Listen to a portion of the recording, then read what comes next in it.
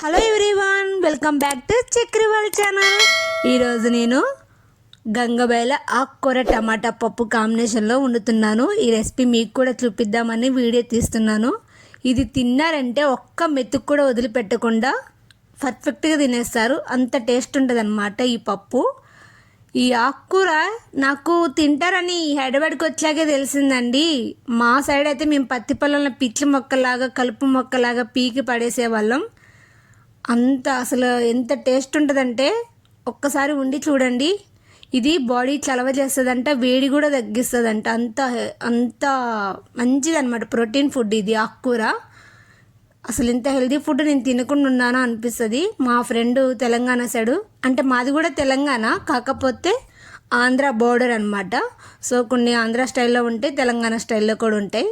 ఇప్పుడు మైసూర్ దాల్ తీసుకున్నాను. మైసూర్ దాల్లో 2 టమాటాలు, ఆనియన్ మొత్తం తీసుకున్నాను. ఆనియన్ మొత్తం వేయాలి. టమాటాలు, ఆనియన్, 3 రెమ్మలు కరివేపాకు. 3 రెమ్మలు కరివేపాకు వేసాక పసుపు కూడా తగినంత వేస్తానండి. కొలతలు ఏమి ఉండవు, నాకు ఎగ్జాంపుల్ తెలిసిపోతుంది అనమాట. కొలతలు ఏం చూసుకొని ఇంతే వేయాలి అంతే వేయాలి అని ఏమి ఉండదు. అన్నీ నేను కొలతలుగానే నా ఎగ్జాంపుల్గానే వేస్తాను. పసుపు వేసుకున్నాక కారం వేయాలి. నేను ఎప్పుడు అడిగినానే వేస్తానండి. పైన కూరగాయలు ఆకుకూరలు వేస్తాను, ఎందుకంటే పొంగినప్పుడు ఉప్పు కారం మొత్తం బయటకు వస్తుంది. అదే పసుపు కారం బయటకు వస్తుందని. ఇప్పుడు చింతపండు కూడా లెమన్ అంతా తీసుకున్నానండి. మరీ పులుపు అంటే టమాటా ఈ ఆకుకూర కూడా కొంచెం పుల్లగా ఉంటుంది, సో చింతపండు కొంచెమే వేసుకున్నాను. ఈ ఆకుకూర చూసారు కదా ఎంత సన్నగా కోసానో. ఇప్పుడు వాటర్ కొన్ని పోసుకోవాలి, మరీ ఎక్కువ పోయొద్దు, బయటికి పొంగి వస్తుంది అనమాట. చూసుకొని వేసుకోవాలి. ఇప్పుడు స్టవ్ మీద పెట్టేద్దాం.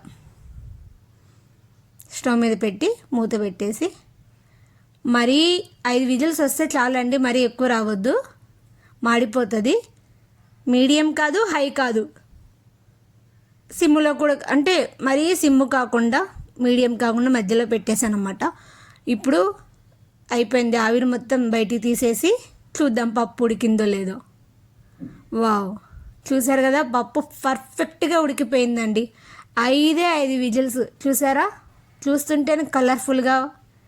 పిల్లలు కూడా తినేస్తారండి. ఆకు అంత కనిపించదు అనమాట, కలిసిపోతుంది, మంచిగా మెత్తగా అయిపోతుంది అనమాట. ఆకులోనే టేస్ట్ వస్తుంది. చూసారు కదా. ఇప్పుడు ఉప్పు వేసుకోవాలి, సరిపోయిందో లేదో. కొంచెం వేసాను ఫస్ట్, ఇప్పుడు కొంచెం వేసుకొని కలుపుకొని ఉప్పు సరిపోయిందో లేదో టేస్ట్ చూసి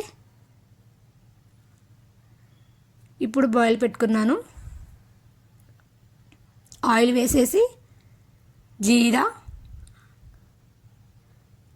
ఆవాలు,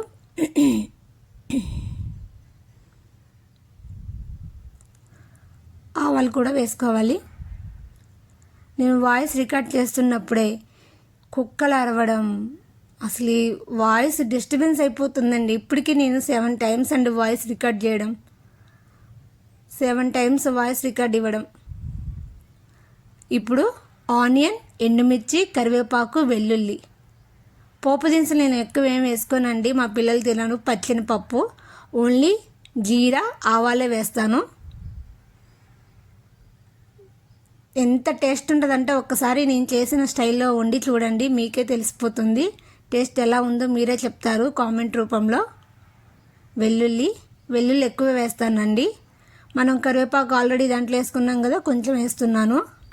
ఇప్పుడు మంచిగా బ్రౌన్ కలర్లో వచ్చిందాక వేపాలి, లేకుంటే ఆ ఆనియన్ కొంచెం, మా చిన్నబాబు సరిగ్గా తిండండి ఆనియను, పచ్చిగా ఉంటే అస్సలు తిండు. బ్రౌన్ కలర్లో వచ్చిందాక వేపుకోవాలి పోపు. మంచిగా బ్రౌన్ కలర్ వచ్చాక ఇప్పుడు ఇంగువ నేను అసలు వేయకుండా ఉండనండి. పులిహోరలో, సాంబార్లో, పప్పులో కంపల్సరీ వేస్తానన్నమాట. చారులలో కూడా వేస్తాను, టమాటా రసం వాటిలో కూడా వేస్తాను, పప్పు చారులో అలా వేస్తానన్నమాట. ఇంగువ లేకపోతే నాకు అసలు తిన్నట్టే అసలు టేస్ట్ అనిపించదు అనమాట. ఇట్లా మంచిగా వేగిపోయాక ఇప్పుడు పోపుకేసుకుందాం. పప్పు వా చూసారా ఎంత కలర్ఫుల్గా ఉందో. వావ్,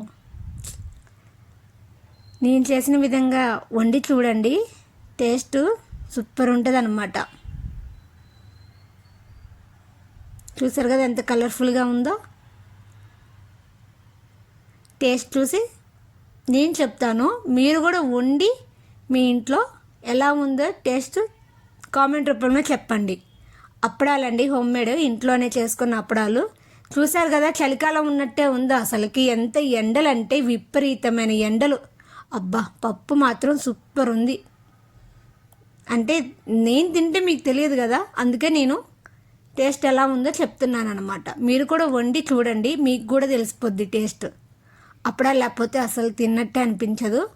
నేను ఎండిమిరపకాయలు, పప్పులో ఎండిమిరపకాయలు మిర్చి ఉంటాయి కదా, అది కూడా తింటానండి. నేను పచ్చిమిర్చి తినను, ఎండుమిర్చి తింటాను. నాకు అది ఇష్టం అన్నమాట. ఎండుమిర్చి కలుపుకొని తింటాను. స్పైసీగానే ఉండాలి. అప్పడాలు, ఎండుమిర్చి, పప్పు ఘాటుగా కలుపుకొని తింటుంటే ఆహా. పప్పు తర్వాతే అండి ఏదైనా సరే, చికెన్ అయినా బిర్యానీ అయినా ఏదైనా సరే పప్పు తర్వాతే. ఎవరు తినని వాళ్ళు కూడా తింటారు. నేను వండిన రెసిపీ అలా ఉంటుంది అనమాట. అలా వండి చూడండి, మీరు కూడా తినని వాళ్ళు కూడా తింటారు. ఎండుమిర్చి,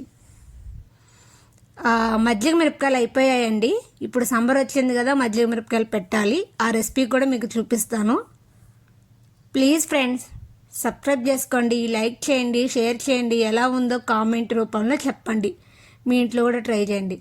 అప్పడాలు అయిపోయాయండి. ఈ ఒక్క వీకే వచ్చేస్తాయి, తర్వాత రావు, అయిపోయాయి. ఇప్పుడు ఎండలు వస్తున్నాయి కదా, అసలు చూసారు ఎండ ఎలా ఉందో బయట. అమ్మో, ఎండలోకి వెళ్ళి ఇంటికి వస్తే కళ్ళు కనిపించట్లేదు, అంతా హీట్గా ఉంది. బాయ్ ఫ్రెండ్స్, లైక్ చేయండి, షేర్ చేయండి.